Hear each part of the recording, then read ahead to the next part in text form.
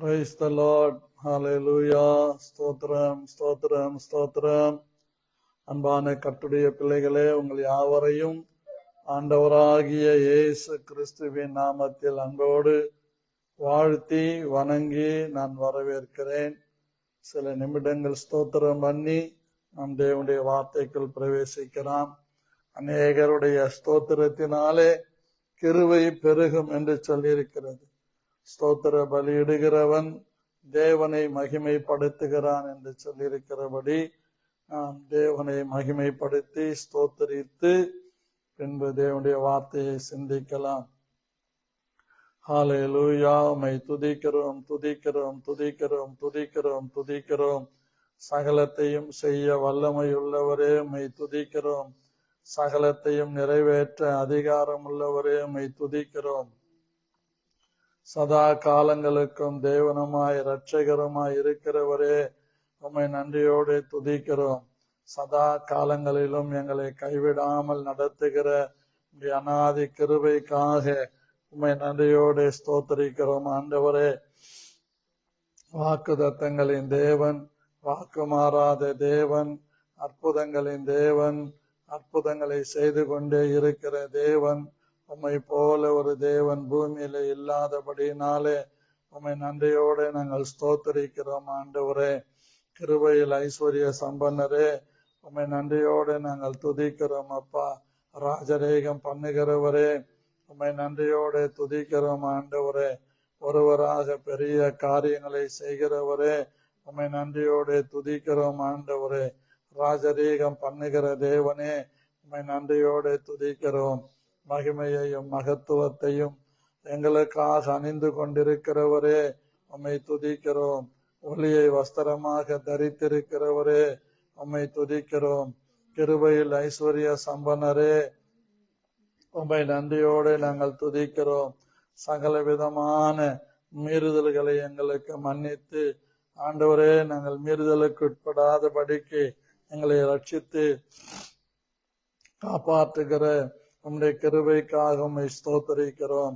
அதிசயங்களை செய்கிற தேவனே, உம்மை நன்றியோடு துதிக்கிறோம். ஆண்டவரே, மகத்துவங்களை நடப்பிக்கிற தேவனே, உம்மை நன்றியோடு துதிக்கிறோம். மகிமையான தேவனே, மகத்துவமான தேவனே, கிருபையையும் தயவையும் எங்களுக்கு காண்பிக்கிற தேவனே, எங்களை உள்ளங்கைகளில் வரைந்து வைத்து ஒரு தீங்கும் எங்களை அணுகாதபடிக்கு உம்முடைய ரட்சிப்பின் கரத்துக்குள்ளாக எங்களை மூடுகிற தேவனே, உம்மை நன்றியோடு துதிக்கிறோம். ஆண்டவரே, உம்மை நன்றியோடு ஸ்தோத்தரிக்கிறோம். ஆண்டவரே, சகல கிருபைகளையும் எங்களுக்கு கொடுத்து எங்களை பலப்படுத்துகிற உம்முடைய அநாதி கிருபையை நினைத்து நாங்கள் ஸ்தோத்தரிக்கிறோம். தகப்பனே, உமக்கு ஸ்தோத்திரம். ஆண்டவரே, எங்களை கண்டித்து உணர்த்துகிற நல்ல ஆவியானவருக்காக உமக்கு ஸ்தோத்திரம். எங்களை தேற்றுகிற பலப்படுத்துகிற தேற்றரவாளனாகிய ஆவியானவருக்கு ஸ்தோத்திரம். எங்களை சகல சத்தியங்களுக்குள்ளும் நடத்தி எங்களை தைரியப்படுத்தி திடப்படுத்தி மகிமையான காரியங்களை செய்யும்படிக்கு எங்களை எல்லா விதத்திலும் கிருபையாய் வெற்றி சிறக்க பண்ணுகிற தேவனே, உம்மை ஸ்தோத்தரிக்கிறோம். ஆண்டவரே, நீர் ஒருவரே மகிமையான தேவனாய் இருக்கிறபடியால் உம்மை நன்றியோடு ஸ்தோத்தரிக்கிறோம். ஆண்டவரே, கிருபையில் ஐஸ்வர்யம் உள்ளவரே, உம்மை நன்றியோடு ஸ்தோத்தரிக்கிறோம். எங்களை ஆண்டவரே எல்லா இடங்களிலேயும் வெற்றி சிறக்க பண்ணி உம்மை கொண்டு உம்முடைய மகிமையை விளங்க பண்ணுகிற தேவன் எங்கள் நடுவில் இருக்கிறதற்காக நன்றியோடு ஸ்தோத்தரிக்கிறோம். கிருபாசனபதியே, உம்மை நன்றியோடு நாங்கள் துதிக்கிறோம். ஆண்டவரே, கிருபையில் ஆண்டவரே எங்களை பலப்படுத்துகிற தேவனே, உம்மை நன்றியோடு நாங்கள் துதிக்கிறோம். ஆண்டவரே, ராஜாதி ராஜாவே, நீர் எவ்வளவு மகிமையான தேவன் என்பதை நாங்கள் விளங்கி கொள்ளும்படிக்கு உம்முடைய கிருபையை எங்களுக்கு இரக்கம் பாராட்டுகிற அநாதி தேவனாய் நீர் இருக்கிறபடியால் உம்மை நன்றியோடு ஸ்தோத்திரிக்கிறோம். ஆண்டவரே, தகப்பனே, இந்த காலை வேளை உம்முடைய பாதங்களை நாங்கள் முத்தம் செய்து அப்பா பிதாவே என்று கூப்பிட பண்ணுகிற புத்திர சுவிகாரத்தின் ஆவியின் நிறைவோடு உம்மை நோக்கி நாங்கள் பார்க்கிறோம். இப்பொழுதும் தேவனே, உம்முடைய கொஞ்ச நேரம் கிருபையை நீர் எங்களுக்கு விளங்க பண்ணி கொண்டு வருகிறீர். அதற்காக உம்மை ஸ்தோத்திரித்து துதிக்கிறோம் ஆண்டவரே. இப்போதும் எங்கள் தேவனாகிய கர்த்தர் என் இருதயத்தின் தியானமும் என் வாயின் வார்த்தைகளும் பேசுகிற எனக்கும் கேட்கிற ஒவ்வொருவருக்கும் உம்முடைய சமூகத்திலே பிரீதியாய் இருப்பதாக என்று இயேசு கிறிஸ்துவின் நாமத்தில் செபிக்கிறேன் நல்ல பிதாவே, ஆமேன். எனக்கு அன்பான கர்த்தருடைய பிள்ளைகளே, மறுபடியும் கூட உங்களை யாவரையும் அன்போடு வாழ்த்தி வணங்கி உங்களை வரவேற்கிறேன். கர்த்தர் உங்களை ஆசீர்வதிப்பாராக. இந்த நாளிலும் நாம் எஸ்ராவின் புஸ்தகத்திலே 9ஆம் அதிகாரம் 8வது வசனத்தினுடைய பின்பகுதி, அவராலே கொஞ்ச நேரமாவது கிருபை கிடைத்தது என்று சிந்தித்துக் கொண்டு வருகிறோம். அந்த கொஞ்சம் என்கிற தலைப்பிலே பலவிதமான செய்திகளை நாம் கேட்டிருக்கிறோம். இந்த செய்திகள் எல்லாம் பேஸ்புக்கில் இருக்கிறது. ஒரு மாதம்தான் இருக்கும். நீங்கள் யூடியூபில் போய் டைட்டஸ் மோகன் என்று போட்டால் என்னுடைய சாட்சிகளும் நான் கொடுக்கிறதான வார்த்தைகளும் சண்டே, அதாவது ஞாயிற்றுக்கிழமை சபையில பிரசங்கிக்கிற பிரசங்கமும் தமிழிலும் ஆங்கிலத்திலும் வரும். விருப்பமுள்ளவர்கள் நீங்கள் எடுத்து கேட்டு கர்த்தரை மகிமைப்படுத்துங்கள், லைக் பண்ணுங்கள், கமெண்ட் பண்ணுங்கள். கர்த்தர் உங்களை ஆசீர்வதிப்பாராக. இந்த நாளுக்குரிய வார்த்தையை நாம் சிந்திக்கலாம். யாத்திராகமத்தின் புஸ்தகம் 12ஆம் அதிகாரம் 5, 6, 7 வசனங்களை நாம் கேட்கலாம். கர்த்தர் நம்மை ஆசீர்வதிப்பாராக. அந்த ஆட்டுக்குட்டி பழுதற்றதும் ஆணும் ஒரு வயதுள்ளதாய் இருக்க வேண்டும். செம்மறி ஆடுகளிலாவது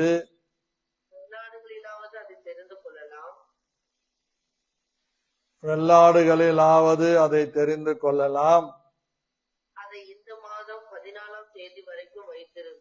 இந்த மாதம் 14ஆம் தேதி வரைக்கும்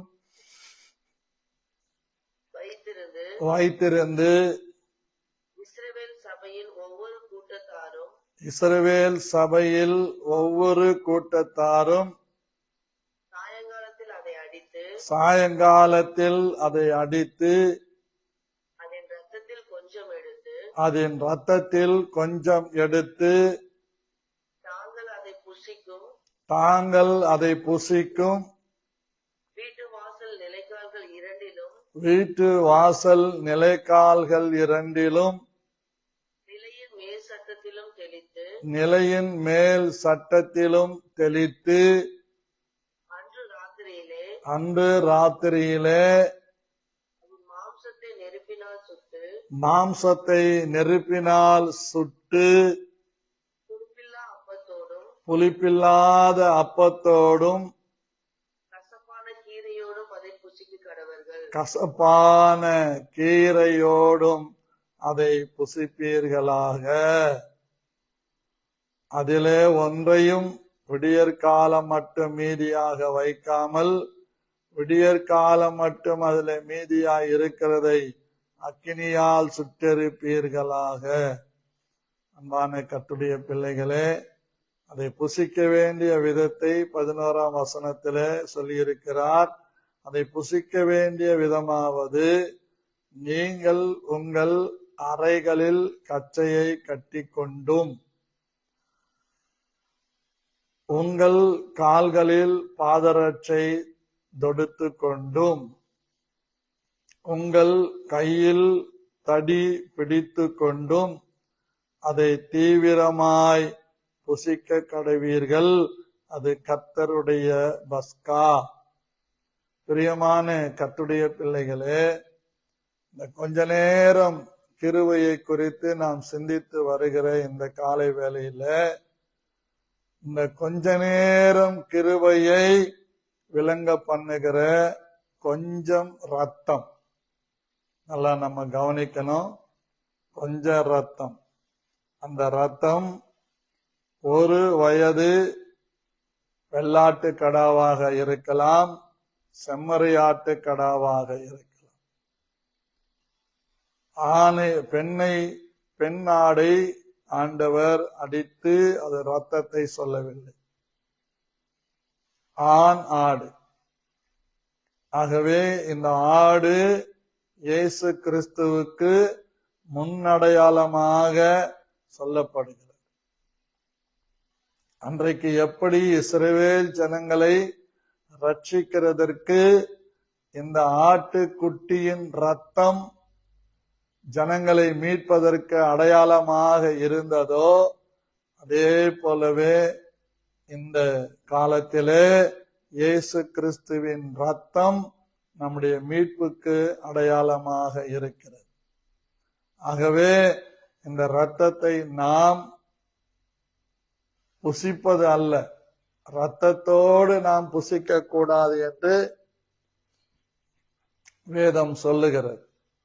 ஆகவே என்னை கேட்டுக்கொண்டிருக்கிற அன்பான தேவனுடைய பிள்ளைகளே, இந்த ஆட்டுக்குட்டியின் ரத்தத்திலே கொஞ்சம் எடுத்து வீட்டின் நிலைக்கால்கள் இரண்டிலும் மேல் சட்டத்திலும் பூசக்கடவாய். ஏங்க கீழ் சட்டத்தில சொல்லல? கீழ் சட்டத்திலே அதை நாம் மிதிக்க கூடாது, அது பரிசுத்தமானது என்பதை புரிந்து கொள்ள வேண்டும்.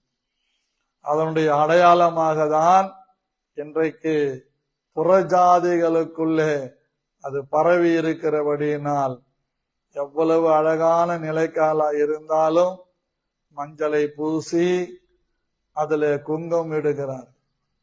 ஒரு சில வீடுகள்ல பாத்தீங்கன்னா மஞ்சள் பூச மாட்டாங்க, ஏற்கனவே பெயிண்ட்லயே 3 பட்டை போட்டுட்டு அதுல சிவப்பான ஒரு ரத்தத்துக்கு அடையாளமாக சிவப்பு பெயிண்ட வச்சிருப்பாங்க.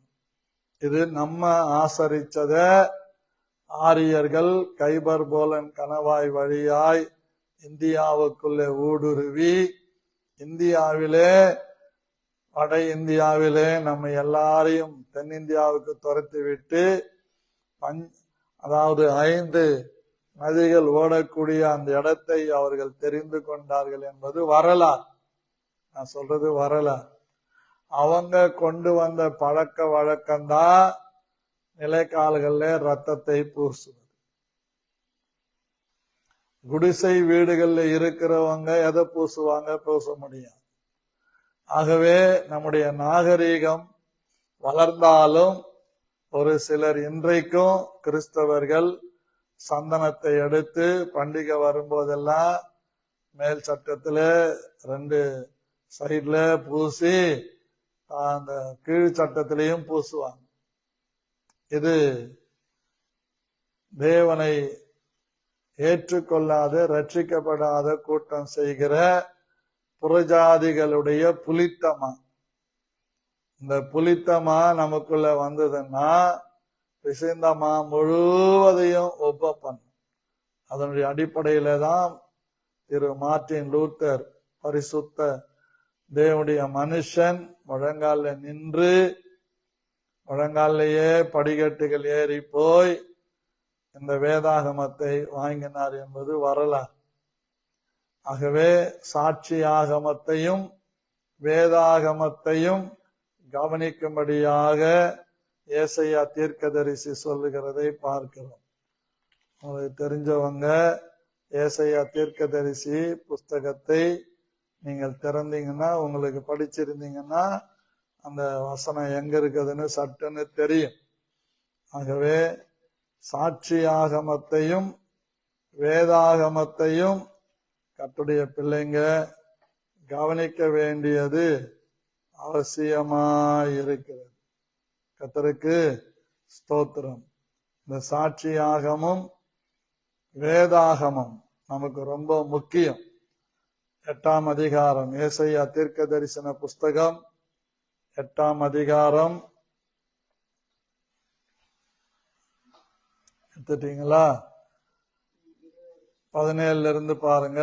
நானோ யாக்கோபின் குடும்பத்துக்கு தமது முகத்தை மறைக்கிற கர்த்தருக்காக காத்திருந்து அவருக்கு எதிர்பார்த்திருப்பேன். இதோ நானும் கர்த்தர் எனக்கு கொடுத்த பிள்ளைகளும் சீயோன் பர்வதத்தில் வாசமாயிருக்கிற சேனைகளின் கர்த்தராலே இஸ்ரவேலில் அடையாளங்களாகவும் அற்புதங்களாகவும் இருக்கிறோம். அவர்கள் உங்களை நோக்கி அஞ்சனம் பார்க்கிறவர்களிடத்திலும் முணுமுணுன்னு ஓதுகிற குறிக்காரரிடத்திலும் விசாரியுங்கள் என்று சொல்லும் போது, ஜனங்கள் தன் தேவனிடத்தில் விசாரிக்க வேண்டியதல்லவோ? உயிர் உள்ளவர்களுக்காக செத்தவர்களிடத்திலே விசாரிக்கலாமோ? சொல்லிட்டுதான் இவ்வளவு மேட்ரு ஆண்டவர் சொல்றாரு. வேதத்தையும் சாட்சி ஆகமத்தையும் கவனிக்க வேண்டும். இந்த வார்த்தையின்படியே சொல்லாவிட்டால் அவர்களுக்கு விடியற் காலத்து வெளிச்சம் இல்லை என்று சொல்லுகிறார். சாட்சி ஆகமத்தையும் வேதாகமத்தையும் நாம் கவனிப்பது மிக மிக முக்கியம். பார்த்துக்கங்க.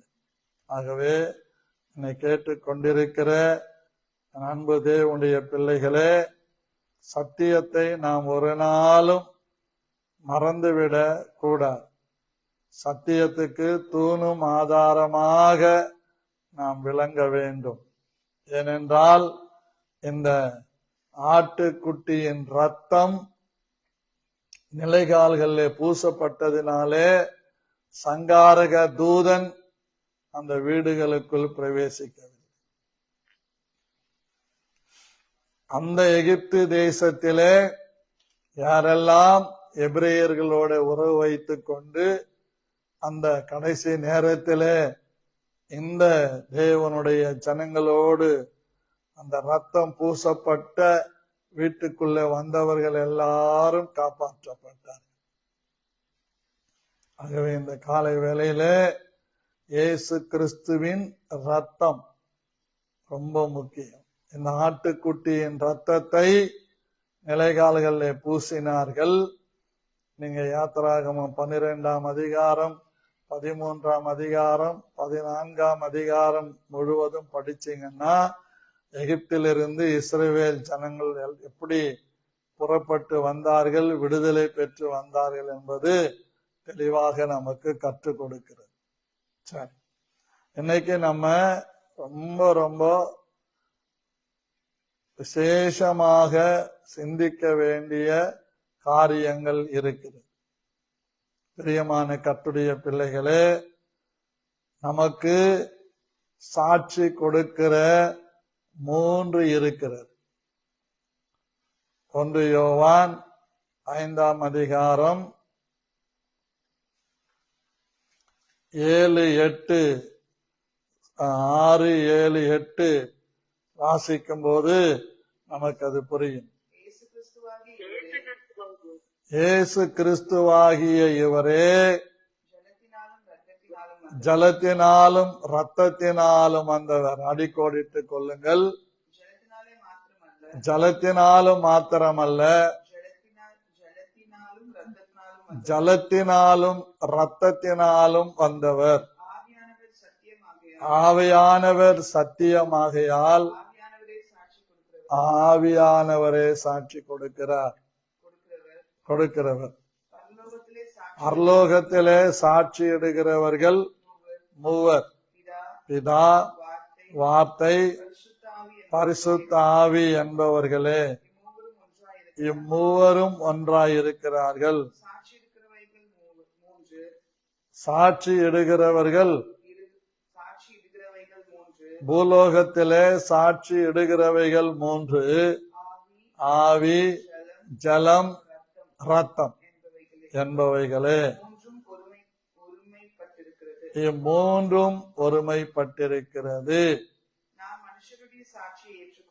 நாம் மனுஷருடைய சாட்சியை ஏற்றுக்கொண்டால் அதை பார்க்கிலும் தேவனுடைய சாட்சி அதிகமாய் இருக்கிறது. தேவன் தம்முடைய குமாரனை குறித்து கொடுத்த சாட்சி இதுவே. நல்லா புரிஞ்சுக்கணும்.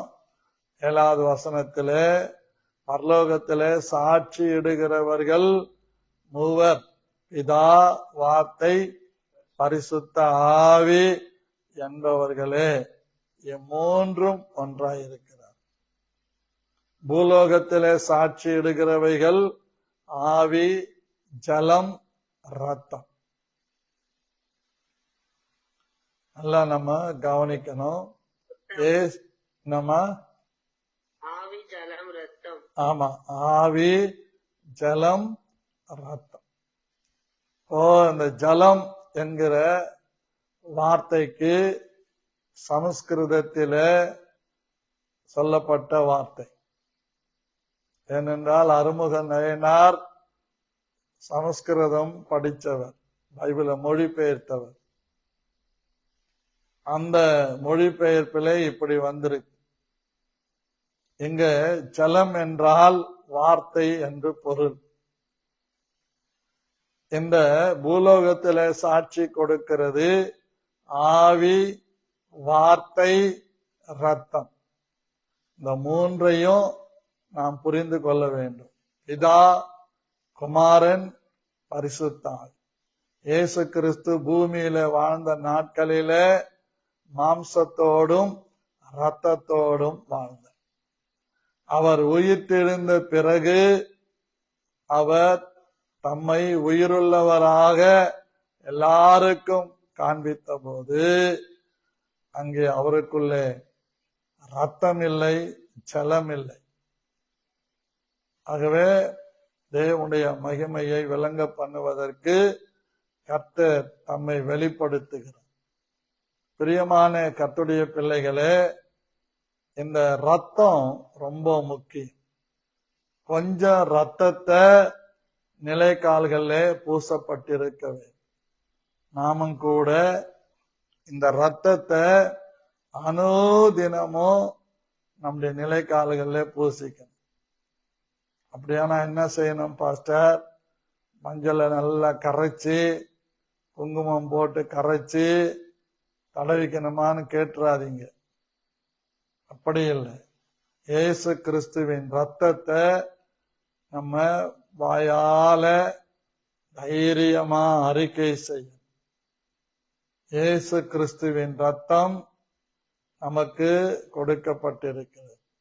இந்த இயேசு கிறிஸ்துவின் ரத்தம் நம்மை மீட்கிறது. இயேசு கிறிஸ்துவின் ரத்தம் நம்முடைய பாவங்களை கழுவுகிறது. இயேசு கிறிஸ்துவின் ரத்தத்தை நாம் சொல்லும் போது அசுத்த ஆவிகள் நடுங்குகிறது. பேய் ஓட்டுறப்பெல்லாம் நீங்க பார்த்திருப்பீங்க. முதல்ல அவங்கள ஆசீர்வதிப்பேன். அவங்க மேல கைய வச்சு, ஆண்டவராகிய இயேசு கிறிஸ்துவின் நாமத்தினாலே இந்த சகோதரனுடைய ஆவி, ஆத்ம, சரீரத்தை ஆசீர்வதிக்கிறேன் சொல்லிட்டு இந்த சகோதரிக்குள்ள இருக்கிற அந்த பேய வெளியே கொண்டு வர்றதுக்கு இயேசு கிறிஸ்துவின் ரத்தம் ஜெயம் என்று பாடு. இயேசு கிறிஸ்துவின் ரத்தம் ஜெயம் என்று சொல்லுவது நமக்கு ரொம்ப ரொம்ப உகந்தது. சிலர் சொல்லுவாங்க, இயேசு கிறிஸ்துவின் ரத்தம் ஜெயம் எங்க இருக்குதுன்னு. அதற்கு பைபிள்ல நான் உங்களுக்கு கொடுக்கிற ஆதாரம் 1 கொரிந்தியர் 15ஆம் அதிகாரம் 57வது வசனம். நம்முடைய கர்த்தராகிய இயேசு கிறிஸ்துவினாலே நமக்கு ஜெயம் கொடுக்கிற தேவனுக்கு ஸ்தோத்திரம் என்று சொல்லியது. எடுத்தீங்கன்னா படிங்க. நம்முடைய கர்த்தராகிய இயேசு கிறிஸ்துவினாலே நமக்கு ஜெயம் கொடுக்கிற தேவனுக்கு ஸ்தோத்திரம். நமக்கு ஜெயம் கொடுக்கிற தேவனுக்கு ஸ்தோத்திரம். ஆமா, ரொம்ப முக்கியமா இதை நம்ம பார்க்கணும். கர்த்தருக்கு ஸ்தோத்திரம். ஆகவே இயேசு கிறிஸ்துவின் ரத்தத்தை நம்ம கிளைம் பண்ணணும். அதற்கு இன்னொரு ஆதாரத்தை கொடுக்கிறேன். எபிரேயர் 12ஆம் அதிகாரம் 24வது வசனம் எடுத்தீங்கன்னா படிங்க. நானே படிச்சிருவேன், நீங்களும் படிச்சா நல்லதா இருக்கும். புது உடன்படிக்கையின் மத்தியஸ்தராகிய புது உடன்படிக்கையின் மத்தியஸ்தராகிய இயேசுவினிடத்திற்கும் ஆபேலுடைய ரத்தம் பேசினதை பார்க்கிலும் ஆபேலுடைய ரத்தம் பேசினதை பார்க்கிலும் நன்மையானவைகளை பேசுகிற ரத்தமாகிய தெளிக்கப்படும் ரத்தத்தினிடத்திற்கு வந்து சேர்ந்தீர்கள். தெளிக்கப்படும் ரத்தத்தினிடத்திற்கும் வந்து சேர்ந்தீர்கள். ஆபேலின் ரத்தம் ஆண்டவரை கூப்பிட்டு காயினை தண்டித்ததல்லவா?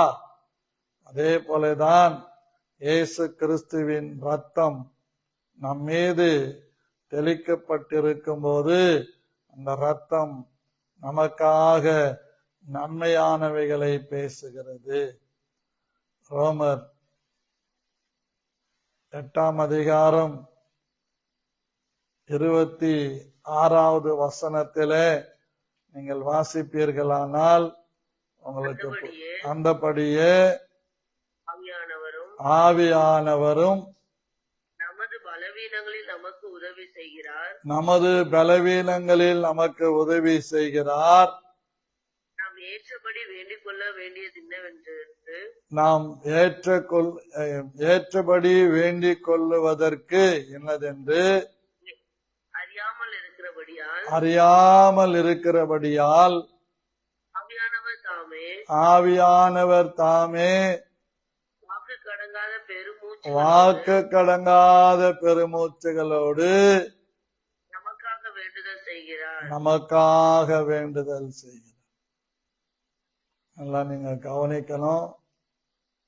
எப்படி தாவீது சங்கீதக்காரன் 116ஆம் சங்கீதத்திலே 12வது வசனத்திலே சொல்லுகிறார், அவர் செய்த எல்லா உபகாரங்களுக்காக நான் எண்ணத்தை செலுத்துவேன், என் ரட்சிப்பின் பாத்திரத்தை எடுத்துக்கொண்டு கர்த்தருடைய நாமத்தை தொழுது கொள்ளுவேன்னு சொல்ற அந்த ரட்சிப்பின் பாத்திரம்தான் இயேசு கிறிஸ்துவின் ரத்தம். ஆவியானவர் இயேசு கிறிஸ்துவின் ரத்தத்தை கையில எடுத்துக்கொண்டவராக ஒவ்வொரு முறையும் நமக்காக பரிந்து பேசுகிறவராயிருக்கிறார். இயேசு கிறிஸ்துவின் ரத்தம் நமக்காக திறப்பிலே நிற்கிறது.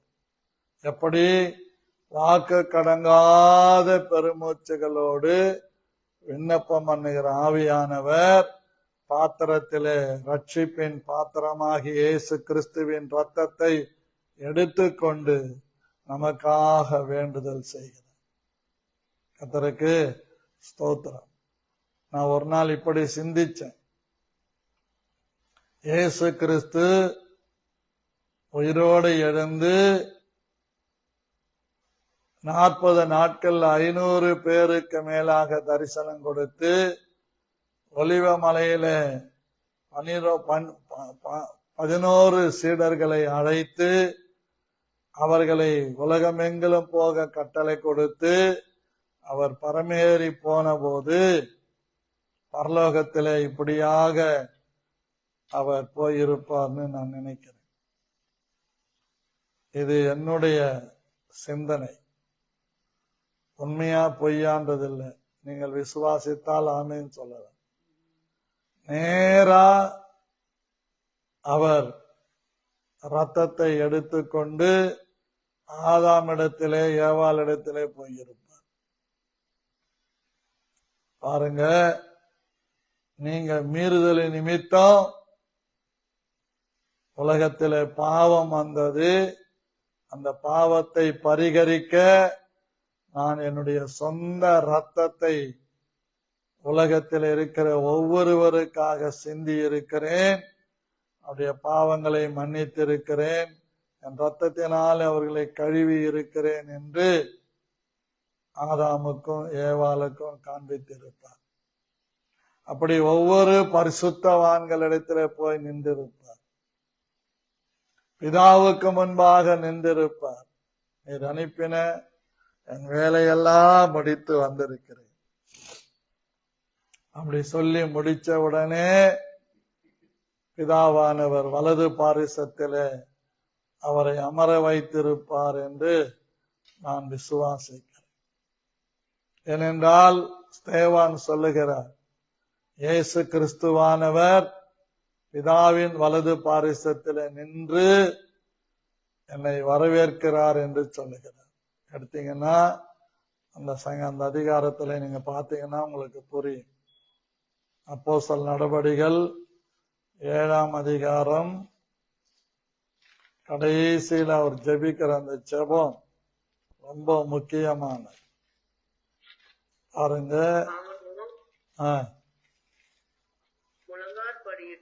அவனோ முழங்கார் படியிட்டு, ஆண்டவரே இவர்கள் மேல் எந்த பாவத்தையும் சுமத்தாதிருந்தும் மிகுந்த சத்தமிட்டு சொன்னான். அது பாருங்க, இப்ப 55 படி பாப்பா, 54, 55. அவன் பரிசுத்த ஆவியினாலே நிறைந்தவனாய் வானத்தை அண்ணாந்து பார்த்து தேவனுடைய மகிமையையும் தேவனுடைய வலது பாரிசத்தில் இயேசுவானவர் நிற்கிறதையும் கண்டு அதோ வானங்கள் திறந்திருக்கிறதையும் மனுஷகுமாரன்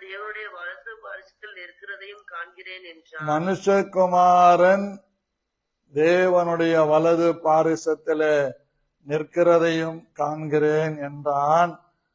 அப்பொழுது அவர்கள் உரத்த சத்தமாய் கூக்குரலிட்டு தங்கள் காதுகளை அடைத்துக் கொண்டு ஒருமனப்பட்டு அவன் மேல் பாய்ந்து அவனை நகரத்திற்கு புறம்பே தள்ளி அவனை கல்லெறிந்தார்கள். போதும், எல்லாம் கவனிக்கணும். ஒரு இடத்துல, இந்த இடத்துல இயேசு கிறிஸ்துவானவர் ஸ்தேவானை நின்று வரவேற்கிறார், வெல்கம் பண்றார். பைபிள்ல ஆண்டவர் அப்படி தரிசனம் பார்த்த புதிய ஏற்பாட்டுல முதல் ஆளு ஸ்தேவான். பழைய ஏற்பாட்டில சொப்பனத்திலே தரிசனம் பார்த்த ஆளு யாக்கோப். சரி, இப்ப அப்படி போனா நான் வேற மாதிரி லைன்ல போயிடுவேன்.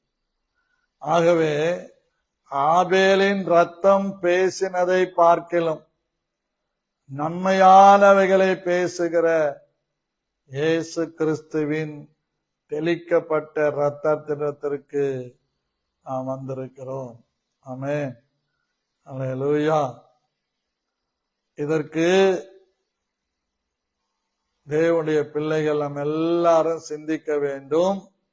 இயேசு கிறிஸ்துவின் ரத்தத்தை மனதார முழு இருதயத்தோடு, முழு பலத்தோடு, முழு மனதோடு, முழு ஆத்மாவோடு தைரியமா சொல்லணும்.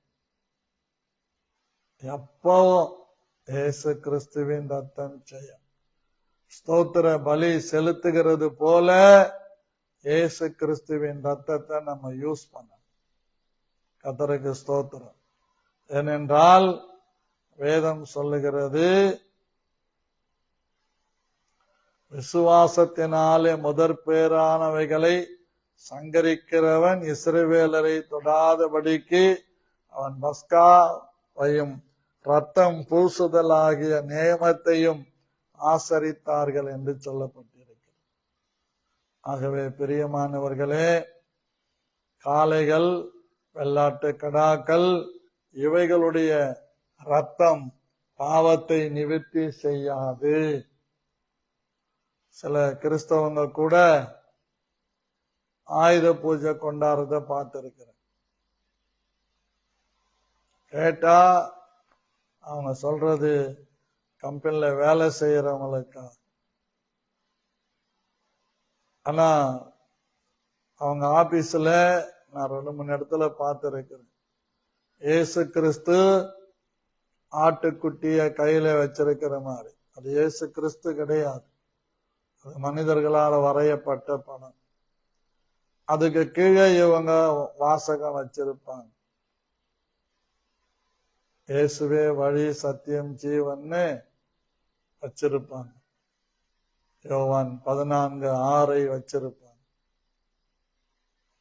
ஆனா அது ஒழுங்கல்ல. நான் என்ன கேட்கிறவங்களுக்கு என்ன சொல்லுவேன்னா, உங்க கம்பெனில எந்த போட்டோவையும் வைக்காம வசனம் வையுங்க. சங்கீதம் 23 ஃபுல்லா கூட பிரிண்ட் அடிச்சு வையுங்க, அல்லது ஒரே ஒரு வசனம் வையுங்க. கர்த்தரின் மேய்ப்பராய் இருக்கிறார், நான் தாட்சி அடையேன் அப்படின்னு வையுங்க. அப்படி சொல்லி சென்னையில ஒரு முக்கியமான அலுவலகத்துல ஜபிக்க போயிருந்தப்ப அவங்களுக்கு சொன்னேன். அவங்க வார்த்தையை ஏற்றுக்கொண்டு அழகா மரத்துல செதுக்கப்பட்ட அந்த வசனத்தை அவங்க ஆபீஸ்ல அவர் உட்கார்ந்து இருக்கிற ஆபீஸ் சேருக்கு மேல வச்சிருக்கிற. இந்த வார்த்தைகளை நாம் அணைத்துக் கொள்ள வேண்டும், அவைகளை நாம் பிடித்து கொள்ள வேண்டும், நடக்க வேண்டும். ஆகவே இந்த இயேசு கிறிஸ்துவின் ரத்தத்தில் இருக்கிற ஒரு மகிமையான உன்னதமான காரியத்தை நாம் பார்க்க முடியும். 1 யோவான் 1 7வது வசனம் இப்படி சொல்லுகிறது. எடுத்தவங்க வாசிங்க. அவர் ஒளியில் இருக்கிறது போல நாமும் ஒளியிலே நடந்தால் ஒருவரோடு ஒருவர் ஐக்கியப்பட்டிருப்போம். அவருடைய குமாரனாகிய இயேசு கிறிஸ்துவின் ரத்தம் சகல பாவங்களையும் நீக்கி நம்மை சுத்திகரிக்கும். கொலேசியர் 1:14 வசனம் பாருங்க.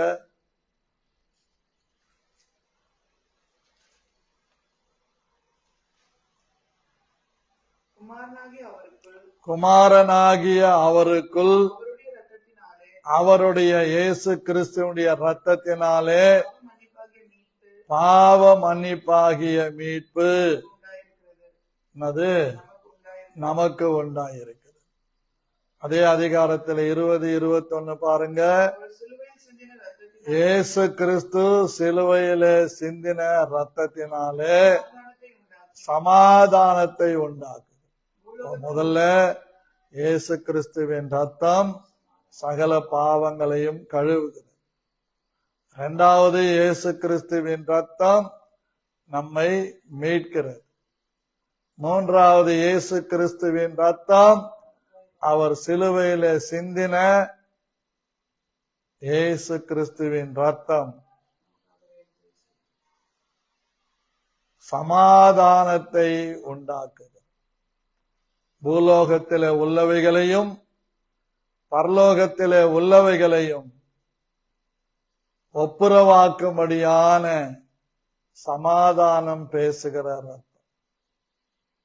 இன்னைக்கு நிறைய வீடுகள்ல இந்த ரத்தத்தை மதிக்காதனாலதான் பிரிவினைகளும் சண்டைகளும் ஒருத்தருக்கு ஒருத்தர் பேசாம இருக்கிறதும் அப்படி இருக்கு. இந்த இயேசு கிறிஸ்து சிலுவையில சிந்தின இயேசு கிறிஸ்துவின் ரத்தம் பூலோகத்தையும் பரலோகத்தையும் ஒப்புரவாக்குகிற ரத்தம், சமாதானப்படுத்துகிற ரத்தம். முதல்ல இயேசு கிறிஸ்துவின் ரத்தம் சகல பாவங்களையும் கழுவி சுத்திகரிக்கிறது. இரண்டாவது, இயேசு கிறிஸ்துவின் ரத்தம் நம்மை மீட்கிறது. மூன்றாவது, இயேசு கிறிஸ்துவின் ரத்தம் நமக்கு சமாதானத்தை கொடுக்கிறது. நான்காவது, எபிரேயருக்கு எழுதின நிருபத்தில் 9ஆம் அதிகாரத்தில் 14வது வசனம், நித்திய ஆவியினாலே தம்மை தாமே பழுதற்ற பலியாக தேவனுக்கு ஒப்பு கொடுத்த கிறிஸ்துவினுடைய ரத்தம் ஜீவனுள்ள தேவனுக்கு ஊழியம் செய்வதற்கு உங்கள் மனசாட்சியை செத்த கிரியைகளற சுத்திகரிப்பது எவ்வளவு நிச்சயம். ஊழியம் செய்கிறதற்கு இயேசு கிறிஸ்துவினுடைய ரத்தம் மனசாட்சியை சுத்திகரிக்கிறது. மனசாட்சிய எந்த சவுகாரத்தாலும் சுத்திகரிக்க முடியாது, எந்த ஆளாவாலையும் சுத்திகரிக்க முடியாது. இயேசு கிறிஸ்துவின் ரத்தம் மாத்திரம்தான் சுத்திகரிக்கும். ஐந்தாவது, இயேசு கிறிஸ்துவின் ரத்தம் நமக்கு கொடுக்கிற ஒரு பெரிய ஆசீர்வாதம். எபிரேயர் 2ஆம் அதிகாரம் 14வது வசனம், ஆதலால் பிள்ளைகள் மாம்சத்தையும் இரத்தத்தையும் உடையவர்களாயிருக்க அவரும் அவர்களைப் போல மாம்சத்தையும் இரத்தத்தையும் உடையவரானார்.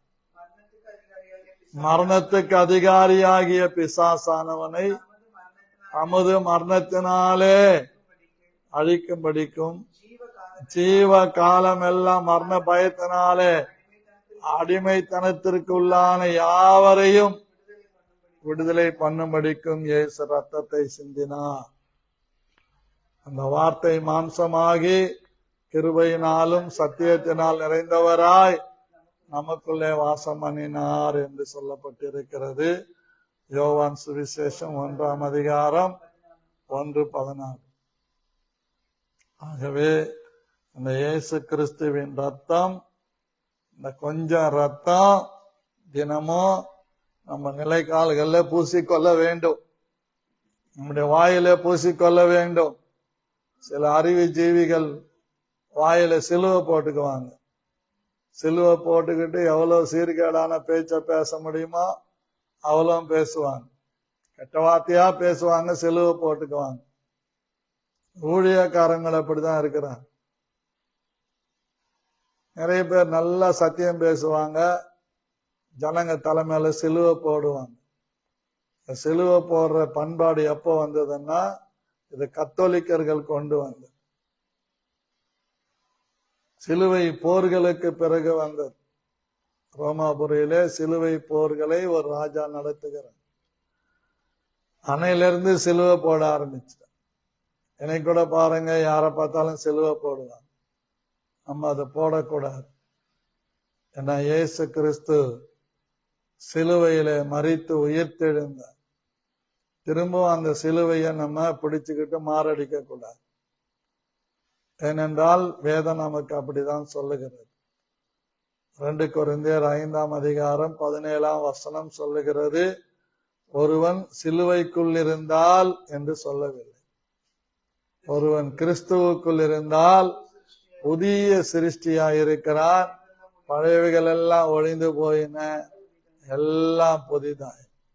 இந்த சிலுவை போறதுல எனக்கும் ஒரு கத்தோலிக்க பிரதருக்கும் ரொம்ப தர்க்கம் வந்துச்சு. ரொம்ப பேசிட்டார், கோவப்பட்டு என்னை திட்டார். பிறகு உட்கார வச்சு புரிய வச்சேன், எல்லாத்தையும் புரிய வச்சேன்.